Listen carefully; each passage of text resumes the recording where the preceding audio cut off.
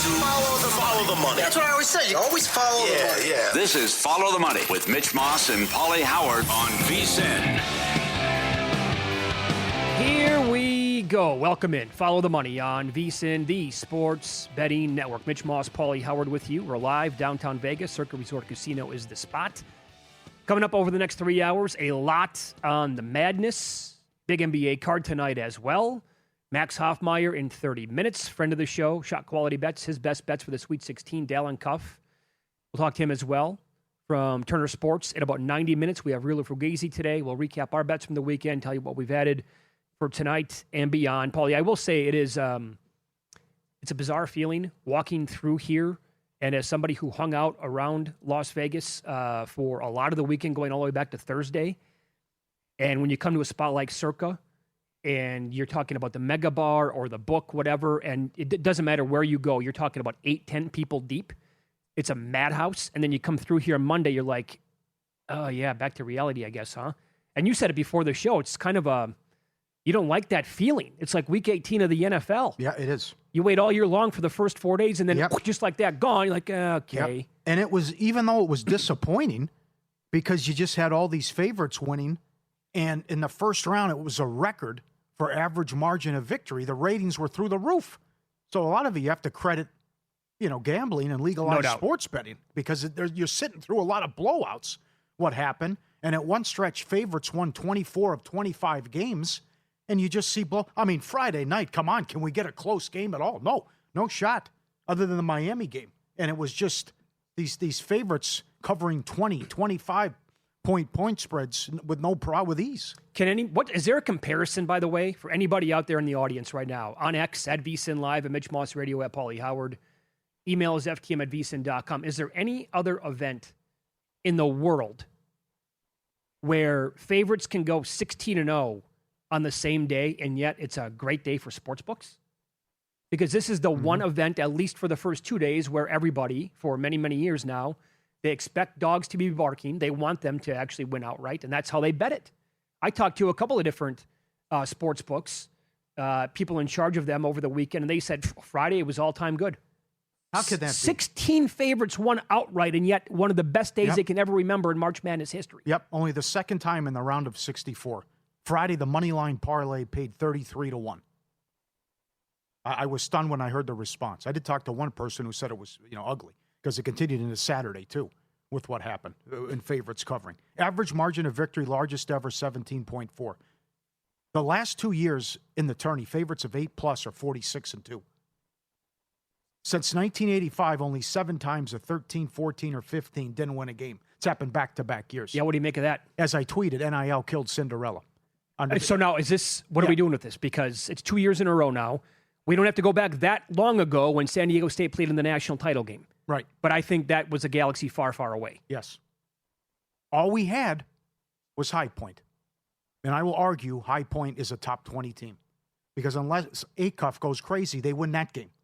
Just with how big men play, how they have athletic size, and how they push the ball and shoot the three. That's a top 20 team. High Point's very good. Yes. I'm super impressed by that team. And it's also, you don't see a mid-major usually do that. If they win, they have the lead, they hang around, they maybe make a shot late. They're down 10, they come back. They're down 8, they come back. Mm-hmm. They beat Wisconsin. They're down big against Arkansas, they come back, take the lead. And then they made all the plays down the stretch. But other than that, we didn't get anything. And you sure as hell don't count Texas. No. They're not Cinderella. So we don't have any. VCU goes out, Utah State goes out. And that's how it's going to be with NIL. And this is the new era of college basketball. Yeah, I couldn't wait yesterday when Kentucky was leading Iowa State the entire first half. Now, eventually fizzled out and they got blasted. But had Kentucky won the game, they'd be right there with Iowa and Texas as the longest siege, or the biggest number on the seed line to actually get it this far. And the jokes would have been nonstop about Kentucky being a mid-major as well, and how they have no money and yada, yada, yada. Yeah, you can't say that about Texas. No. Come on, that's ridiculous. So, although that was bad news for mid-majors, I'll explain later in the show. Yep, 39-9 straight up for favorites, 27-19-2 ATS. 39-9 straight up. What's that number as well? Favorites of 4+. Evan Abrams had that. It's like 84-10 or something like this. Yeah, that's a big one too. And it took forever for chaos, and then it happened yesterday. And a stunning stat, I retweeted Chris Felica, the Bear. Only one defending champ has made it past the Sweet 16 since 2007. Now, come on. Florida loses to Iowa? It was almost like it was meant to be, and it was karma. For what Golden said in the SEC tournament, he opens his mouth, right? Wow, we beat Kentucky 3 times. We never trailed. We should have beat them by 20. I'm disappointed.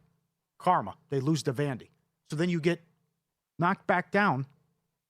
Big dose of reality after the Vandy loss. And you really had to go out and humiliate Prairie View like that? You had to do that? How about that? 2 years ago, they won 5 games. They were under 500 going into their conference tournament. You had to put 115 up on them. You had to do that. And guess what happened? Yep. You got outcoached. You lost to Iowa. Iowa didn't even play well. Sturtz was 0 of 9 from 3. Sure. And missed 5 free throws. And you are down 13 in that game. And you come back to lead.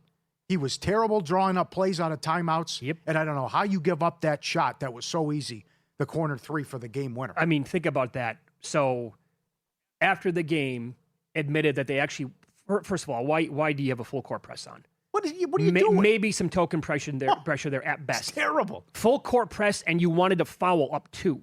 It was stealing. Beautiful look. McCollum completely dominated Golden yesterday. Yes. It was a total mismatch the entire time. You're absolutely right. Their best player, a guy who plays every second pretty much of every game, was terrible from the floor, and yet you were the better team for 30-plus minutes out of that game. The defending champs who were on an absolute, they were a buzzsaw for 2 months down the stretch. Right. That was disgraceful. Where's the halftime dominance? Where was that? Yeah, right. You know, you cut it, you make it, you're right in the game at halftime, and you lose to an average Iowa team that came in limping in too. And almost as bad as Texas, how bad Iowa was down the stretch. 3-point lead with the ball under 2 minutes to go in the game. That's Florida yesterday. Oh. And a full court press up by 2. Baffling the entire time. Right. This is, Iowa's coach is awesome. Did this at Drake last year. Mm-hmm. Ben McCollum on how tough his team is after the game. Yeah, I mean, if you're a tough dude, like, this is a good spot for you. If you're soft and you like yourself way too much, it's probably not the spot for you. We just try to recruit tough dudes that want to be a part of something bigger than themselves, and hopefully people see that. Oh, that's great. Mm-hmm. And I remember they laughed at him at Drake. Oh yeah. Like what are you doing? You're bringing Division II players here? What's wrong? No problem. I'll win. Sure. I'll win big. I'll get it done. And he did. And he goes right to Iowa Sweet 16. No problem. He's got a little Signetti in him. Yeah. That's a good one. Yep. But it's also some coaches lose their minds. And you also saw it with Self. How they butchered you're going to foul 4 or 5 times, but there's still all that time left on the clock. On the clock. What are you doing? Yeah. They're not supposed to have any time left how you play it. Overall, I get the philosophy, right? Yes. It's actually kind of a beautiful game plan, but you can't allow that much time to remain. No, it was Tyus Edney Part 2. Yeah. The 31-year anniversary was March 19th. You put it on YouTube, kids, if you don't know what I'm talking about. But that is too easy. You can't give it up. But this is why we love sports. Darling, who hadn't made a shot and was 0 of his last 16 from 3, tells Pitino, run power. Run a play for me. And Pitino's walking away like, what? This kid hasn't made a shot, and he wants me to run a play for him? And it works. And he calls them bells because he has the onions, well, shall we say, of the size of church bells, Pitino said. And that's how we gave him the nickname. Okay. If the guy's not afraid, he's ready to go, and that's, hey, I haven't made a shot, so what? I'm going to run the play for me. And you get the buzzer beater and to put it in. And for the first time since 99, they're going to the Sweet 16. This show is brought to you by ProfitX, and right now you can win a free trip worth up to $10,000 during March Madness with King of March. Use the code VSINMM. Now, St. John's not covering that game is another story. And another meltdown. How many times did that happen so far this weekend? Well, condolences to you on UCLA.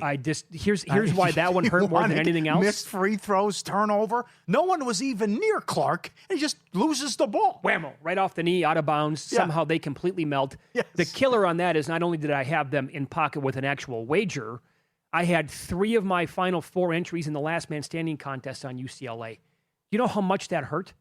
To start the day with Santa Clara not covering an overtime against Kentucky after Elway hits the 35, 40-footer at the gun to force OT, and then the Friday night UCLA disaster to bookend that day, that hurt. I'm not going to lie. That took me until Sunday to get over it.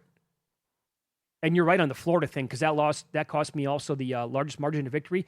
They went on a Yep. 99-40 run. You're up by 50 guys the entire time. Yeah. You can take the foot off the gas. Good. They got some humble pie. Mm-hmm. That's good. It was a wild weekend. And also, while that was going on, I don't know what Kansas was doing against Cal Baptist. That's another They game. were up 23. Baptist could cut it to 4. Yeah. Up 23 at halftime, right? Got it to 26. Yeah. And then they just played run clock and let Peterson stand in the corner.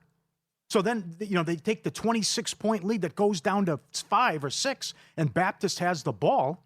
And then here, they're down big against St. John's, and they almost win the game. Mm-hmm. How things change. Now, here's the deal, right? Because of the lack of upsets yet again this year early on, it should create, in theory, phenomenal games in the Sweet 16, Elite 8, and then the Final Four, right? That's the price that we have to pay for the lack of dogs actually winning or barking in the first round. That's what you hope. That should happen. Again, that's Yeah. it's a conundrum because Well, a lot of us want the upsets, but we don't want too many of them. Tricky. but the Florida loss really opens the door now to bust that bracket, and the sum of all seeds is now in jeopardy. Another one, yeah. That opens the door, the 9.5 or the 8.5, whatever you decided to bet. Although, What number you grabbed. we'll get into the numbers coming up here in a minute, but Houston gets home games now. Houston plays in Houston. Yes. Pretty good. What an advantage. All right, so all that brings us to this. We have a stinky line in the Sweet 16, in my opinion. They are begging us to bet on this team. Begging us. Find out which game that is coming up next.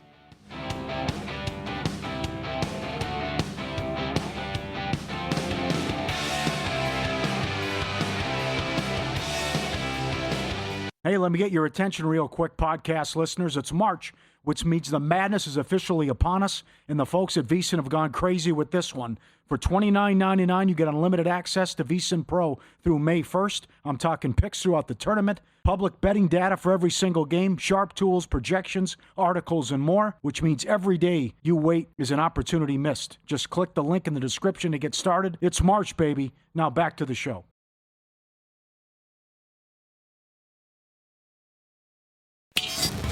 This is Follow the Money on VSiN. Best bets time right now, Sweet 16. We head out to the Progressive guest line. Max Hoffmeyer joins the program now. Shot quality bets at Hoffy8121 on X. Hey, Max, good afternoon. Thanks for the time today. How are you? Oh, doing great. It was a great first week of the tournament. So hopefully more of that for the Sweet 16 here. Super excited for these games. Oh, no doubt.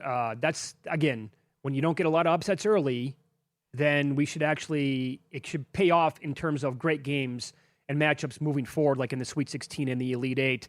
And so let's begin with Illinois and Houston. We were just talking about this before you popped on, and how it potentially opened up here for Houston now that they're playing at home, essentially, and then there's no Florida at the top of the bracket.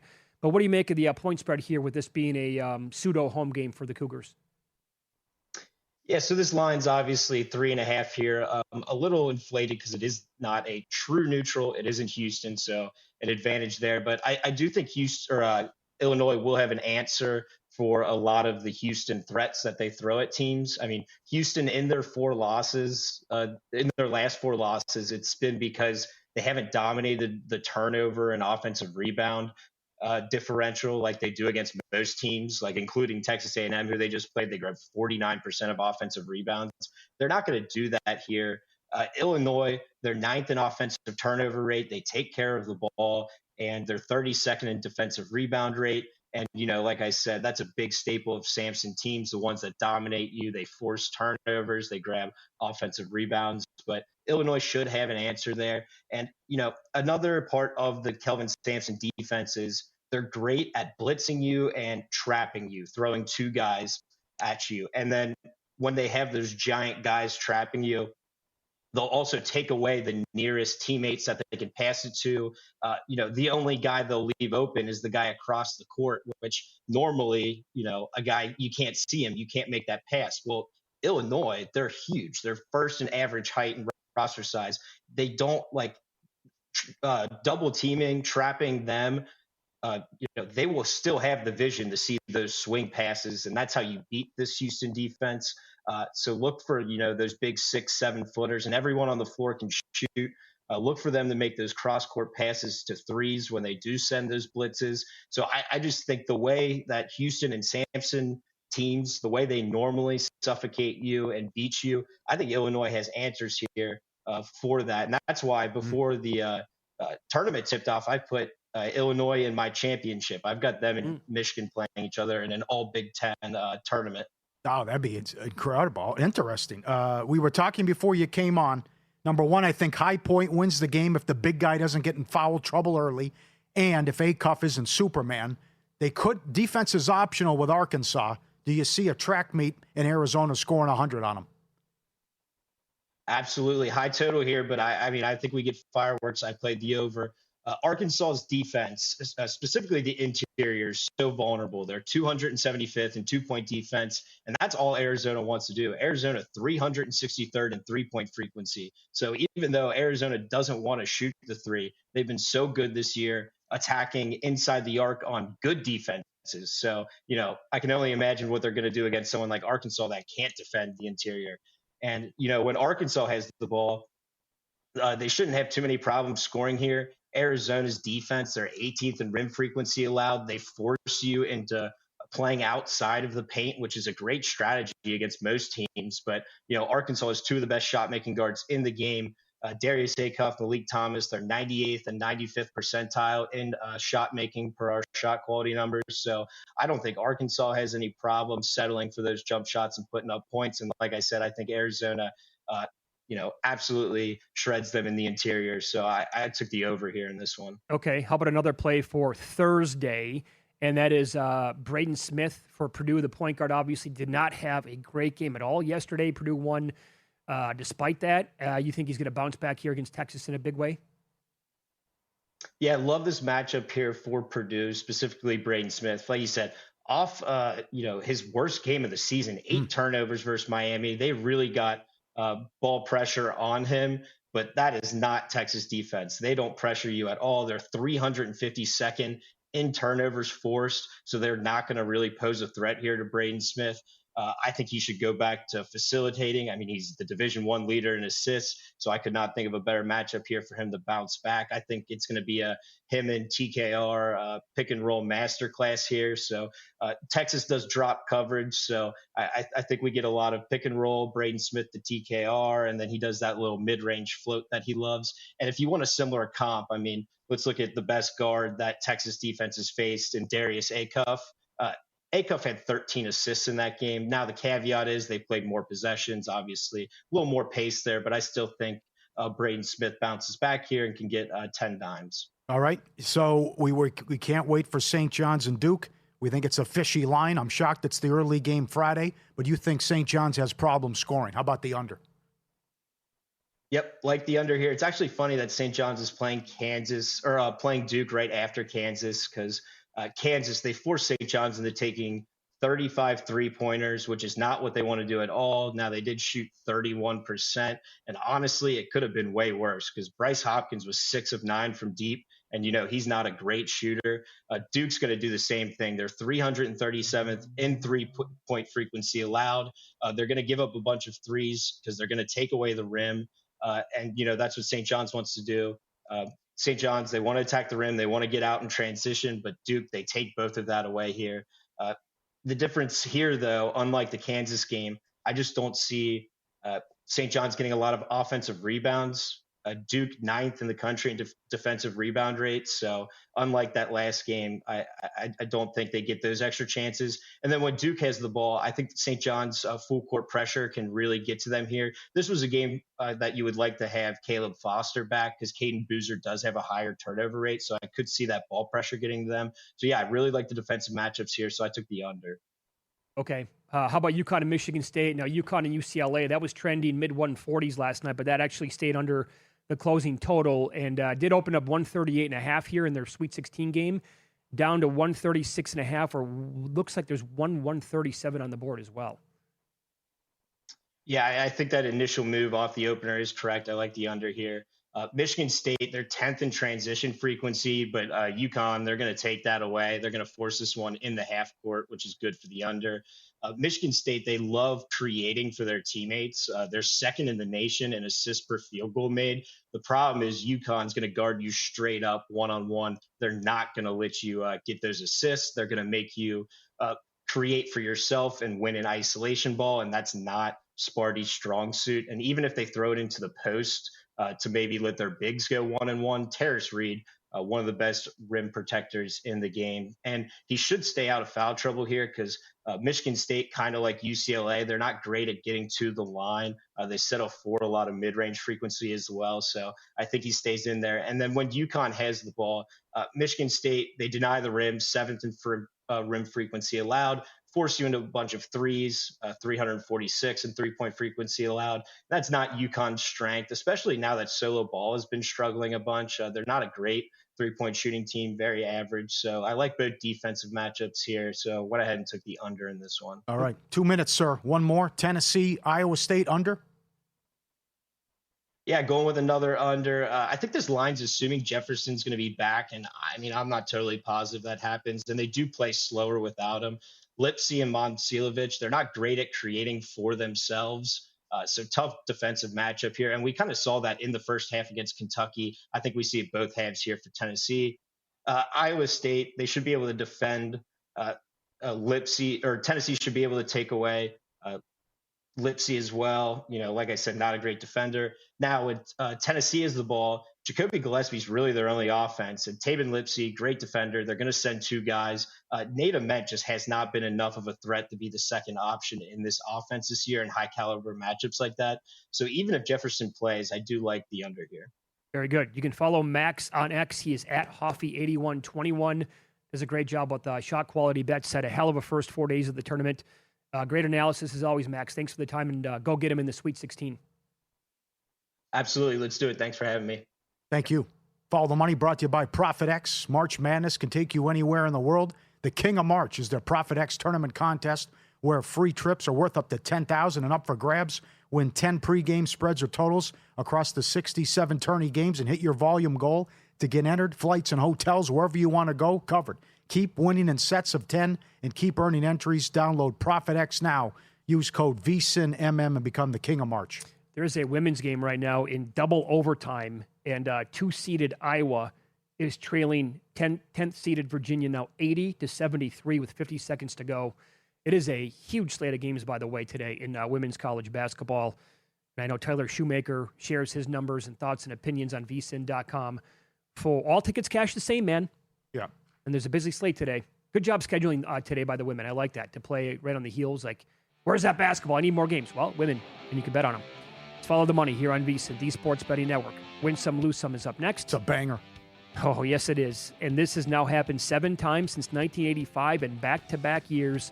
Paulie has the details next.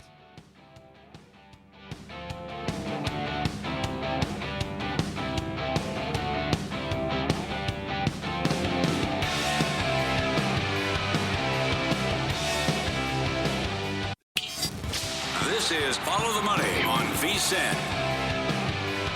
I would say this is some pretty significant news in college basketball. Randy Bennett, he has been the St. Mary's coach since 2001. Bye-bye. He's going to Arizona State. That looks to be official. So it was fun. The West Coast Conference was really cool over the last 15 years or so. No more Gonzaga. Randy Bennett now no longer the coach at St. Mary's. Yeah. Well, still, you have to like your chances. You come in and take over for him, though. That you should win that league now. I would think. But that's why that job and why now? He's been offered better jobs several times.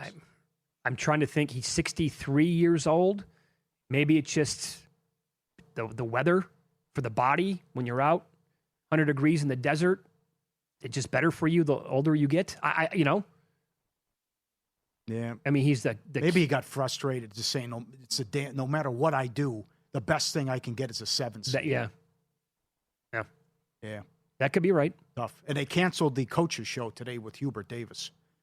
So trying to work out an exit strategy, it appears, with the Carolina fan base is livid. Well, okay, so is there anything in the fine print that says programs like North Carolina or Kentucky or Kansas if Bill Self retires that they have to be blue bloods? Like, look at college football. Cignetti takes the Indiana job in this new world that we live in with the money and the transfer portal.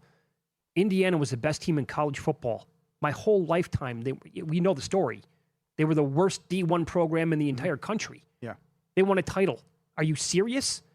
So, I mean, it comes down to, I guess, a billionaire alums, and if they want their program to be good in college basketball, here's the money. Let's make it happen. Like, is there anything that says any of those teams have to be good like every single year? Where does that say that?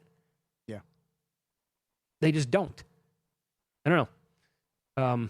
There could be a random team that, it could be a Gonzaga type, whatever. NBA tonight, the tanking parlay. Oh, Now- look at these point spreads. They're all favored by 13 or more. Yep. I would play it. I think it's going to win. I wouldn't. The team I don't trust, though, would be the Rockets. I just don't like what's going on chemistry-wise, and maybe the Bulls could shock them. But I just, that's the one team I don't trust with the Rockets. But what Washington and Indiana are doing, I mean, just they both lost 16 in a row. Mm-hmm. So it's just incredible how they're playing this. And it's a competitive game Saturday going into the fourth quarter. And then Washington starts out, they don't score for the first 6 minutes of the fourth quarter. I know. It's incredible. I will point this out about the Rockets. And so this is not me saying this because you all know that I'm the biggest Reed Shepherd fan on the planet. But I listened to Zach Cohen on the Hardwood Handicappers podcast today here at VSiN, and he did point out that since Udoka put Reed Shepherd in the starting lineup, completely different offense. Yep. And they give up some things on defense because of him. But look at this now. Recent games, the 117-95 win over Atlanta. They scored 123. They beat Miami. Kid had, 14 assists in a game the other night. He's been shooting the ball well. So maybe that's a little bit of a difference there. But look at the point spreads. it's totally embarrassing. 16.5, 12.5, 14.5, 10.5. These are teams on the road, too. 15.5 and 13.5. So Yeah. you're telling me it pays what? Well, I can double check. I want to say it's like it's between even money and minus 115, I believe. Yeah. I'll double. Yeah, Okay, sounds good. Mm-hmm. I think it's a winner. You do. Yes. Would you also? So Sixers are not tanking, but they're also without everybody They tonight. don't have anybody. And it's Our buddy Grimes has been awesome. 19.5 at the prop tonight. Yeah. Grimes has been filling it up. No one else can score, and he loves to shoot. That's exactly right. So Yep. you're comfortable playing the Thunder as well. Oh, yeah. You got to be. And would you throw the Clippers on there against the Bucks? That point spread's crazy. Why is it so high? And The Bucks just beat the Suns on the road, and the Clippers have some injury issues. yeah, and is Kawhi going to go in the game tonight? It's a little iffy here, whether or not he's going to play. Cohen loves Garland, by the way, his points prop over Wow, tonight, is he 20 that and a half. good? Yeah. Maybe there's some remorse there from Cleveland since they traded him. The guys put up big numbers. Yep. But they missed Matherin, and he's been out, but it shouldn't be a problem. I'll give you this. Bam Adebayo is the player who's going over his points prop 11 straight games, 26 of 31. Great note from VSiN host Scott Seidenberg. Oh, great. Here's the guy that I like tonight in that Oklahoma City-Philadelphia game. Yep. Jared McCain. Silly trade. Revenge trade. game? Sure. Bad trade. Oklahoma City's favored by 16 now in this game. So the thought is here, it's a terrible trade, Paul. Why'd they give up on that kid so early? Mm-hmm. And he goes to Oklahoma City. You figure this could get very ugly very early in the game. I played 15 plus at plus 156 tonight with this points prop. I don't know how high you want to ladder him, but the prop I think is like around 10.5 or 11.5. But I took the plus money at 15 plus. Yep. And then you can get crazy if you want to go up to like 20 or 25 plus, obviously. Yep. Two interesting things to me before we get to the Lakers. Number one, Atlanta is going to be 14-1 since the All-Star break. They have one good win. They're just playing bad teams. How about that schedule? No, they moved to the 6th seed, but they're just playing bad teams night in, night out. And they went to Houston the other night. You said this does not go well for teams when they're dogs and they're on a long. They got blown out, killed. But this is nuts. What's going on with the Atlanta Hawks? As they keep winning, and they're going to be 14-1. But the schedule's been so easy. And then Golden State is 1.5 in Dallas. Dallas has set the record for longest home losing streak. Can't win a game. But they're begging you to take the Warriors tonight. Yes, they are. And Dallas at least gave a good performance losing in overtime to the Clippers over the weekend. Well, I'll tell you, I can't bet the Warriors, though. But the Dallas, they're doing a great job here. That they might land a top top 5 pick with when it's all said and done because they keep losing games and that crap that happened last year. How would Acuff look on that team next year? Oh, no kidding. No kidding. All right. I'm excited. This is great. So I remember we sat here a week ago and had this very discussion about how important this road trip was for the Lakers. Mm-hmm. They could drop all the way to the 7, be in the play-in. This is such a brutal road trip. Well, if they win tonight, they're going to run the table. Swept Houston, got into Miami at 6 in the morning, back-to-back. Luka dropped 60. They win that game. They get the beautiful design play out of a timeout by Redick. Collapse, bad job by Orlando. Kennard hits the game winner. And now they're only 1.5 against Detroit. Chemistry's great. And LeBron figured it out. And Redick and this team figured it out. After all that talk, they're better without LeBron. To be like, all 3 guys need the ball, but now LeBron has decided, the dribbles aren't there. I don't need the ball. Let Luka cook. LeBron had a stretch in the back-to-back games. He was 20 at 22 shooting. Yeah. And as I mentioned earlier, Luka averaging 36, 8 and 8 during this stretch, and how great they are in clutch games. And very important, he has stopped or cut it out with the nonsense with the officials. He's more about going after hecklers and using this fuel with the custody battle as opposed to going after officials, and he also can't because of the technical thing. So right. that is and by the way, the reason why he's playing tonight is because that technical got rescinded, for those who don't know. And if you want to have a good laugh, go back and read the recap of the game about the double technical and what was said with the players, where it reminds me of Roadhouse. What if they call my mom a whore? Is she? Somebody said something about somebody's mom. Luka called him the F word in Serbian. The guy didn't know that. Luka didn't know he knew Serbian. So then he called him out, and then he said, I'm going to do something to your family. It's hilarious. Wow. The back and forth. But yes, they got that rescinded. But that has also helped, too. But these guys, that's why they're so good in close games. You got 3 closers on that team. And I thought Bill Simmons made a good point on his podcast that also the trade deadline helped this team as well. So once the trade deadline comes and goes, you realize all we got was Kennard. We didn't make a move. Okay, this is the team. LeBron, you're on the team. Figure it out. Ayton, you're stuck here. Let's go. Marcus Smart has been a revelation. Yeah. Playing defense, knocking down threes, and he's been really good. And this is Mitch. They've won 11 of 12. They ran out Minnesota. They blew out the Knicks. They got the great win against Denver. They went back-to-back at Houston. They have the tiebreaker over Denver, Houston, and the T-Wolves. And look at the schedule. Maybe they close 10-2, something like that. It's something.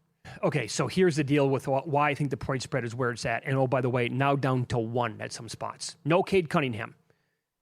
However, this is now official. Rui Hachimura and Marcus Smart are out tonight. They're going to be without both those guys. Smart's a big loss. Yes, he is. You need him defensively. And they're going to give him wide open threes, too. Luka's going to set him up. Yeah. And Reeves has been great. Again, now is that enough to, make you stay off the Lakers? I love what's going on with them. Love the chemistry. Do you think they have a realistic shot against? Absolutely. Okay, I don't even have to finish my sentence. Okay. Well, you're going to say San Antonio or OKC? Yeah, I don't think they do, but they can get there. Well, here's the thing. The Spurs are better, no doubt. But playoff experience matters. I'm sure it will. I would love to see that in the second round. The other thing is, I think the SGA nonsense would stop because, like Duke, who gets more calls than the Lakers? So if it's Lakers Thunder in the Western Conference Finals, I think the Lakers, not the Thunder, would get the favorable whistle. Well, here's what I want, though. I want Lakers Denver, the 3-6 in the opening round. That's what we need. That could happen. Dalen Cuff next, college basketball. Which path does he like the most out of all the chalk remaining in the tournament? We'll ask him on Follow the Money. It's VSiN, the Sports Betting Network.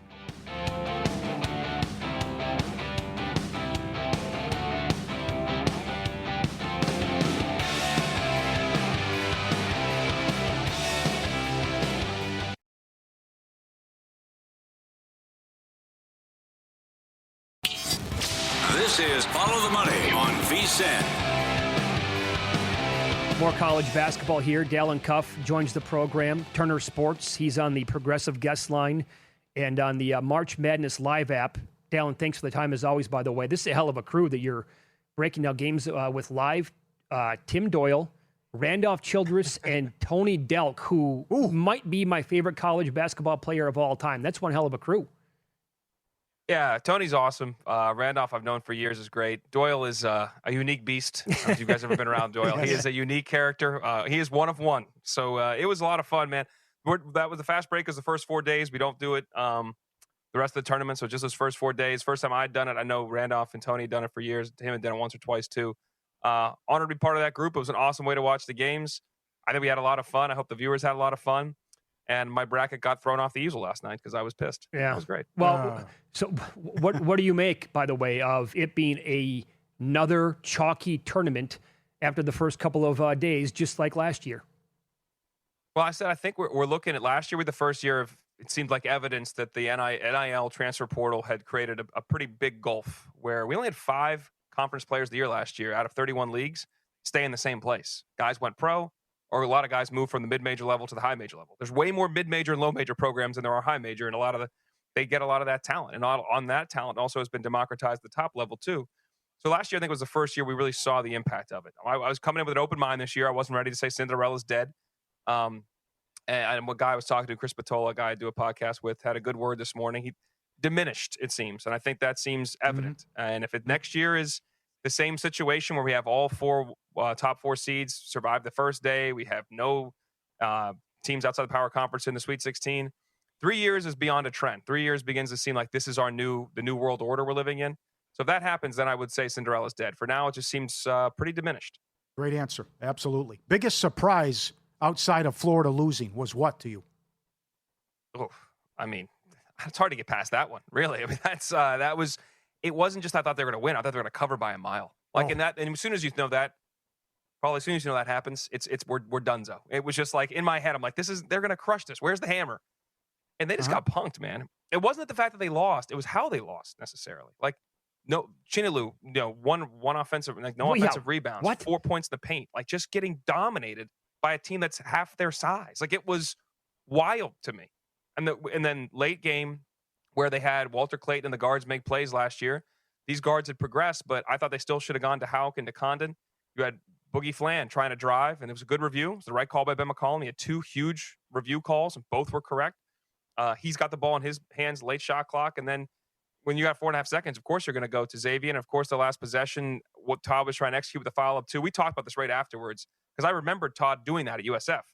I brought that up on the show, and our Turner Crew's amazing. I was like, I know he's done this before. I can't remember the game, but I know it worked when he's at USF. And they found a tweet from Rob Doster when he first did it 5 years ago, pointing out that he had done it. And Tony Delk was incredulous, and so was Tim Doyle, that they would do this. But I'm like, well, if you look at the numbers, I understand what they're doing strategically. The execution of it was not, it didn't look like they were trying to do that. Right. If you're going to do that, you double Sturts. You don't let him catch you. Let somebody else catch it, and you foul that guy. You don't trail him on basically an Iverson cut and allow him to get the ball with a head of steam into an odd man break. It was very bad execution. Strategy, I get. Execution, terrible, and it didn't really line up to what the strategy was apparently supposed to be. Outside of that, there wasn't that many surprises. Texas beating Gonzaga. Gonzaga I thought was the weakest 3. Texas is a super talented team that's putting it together at the right time. They've defended better, but they got multiple guys that are tough shot takers and tough shot makers, and they got Vokatitis the inside when he's not in foul trouble. They're really good. There weren't many surprises outside of that, really. All right. Well, can this Texas run continue against Purdue, or is this where it's going to be the end of the road? I mean, I feel like I was fading Purdue at the right time at the end of the season, and now I've kept it going, and I've clearly lost quite a bit the last 10 days doing that. It's been a bad business decision. But when you look at the matchup again, I do think it's hard for them. Their guards are really talented, and they can go at Braden Smith. They can go at Fletcher Lawyer. If CJ Cox is not fully healthy, I've not been – guys, just so you know, I was in that Atlanta airport debacle this morning for 4.5 hours. So, side note, I've not seen if CJ Cox is going to be there. I was in a state of misery for a while. Yeah. But how he's progressing, I think, is important. But they can go at those guards off the bounce. They have, the physicality and in some regard, the inside. If Vokatitis gets in foul trouble, that presents a problem. Braden Smith has to be better. I think Texas is going to push him. That 6.5-point line, I think Texas can win it straight up. So we're going to roll the dice again and see if Texas can cover this bad boy. But that's where I would lean on that. Okay. How about up top in that region? Can Arkansas hang with Arizona, or will their defensive lapses cause too many easy baskets for Arizona, and meaning the Hogs then probably can't keep it close enough? Yeah, I think that's the problem. I mean, Darius Acuff can only do so much on offense.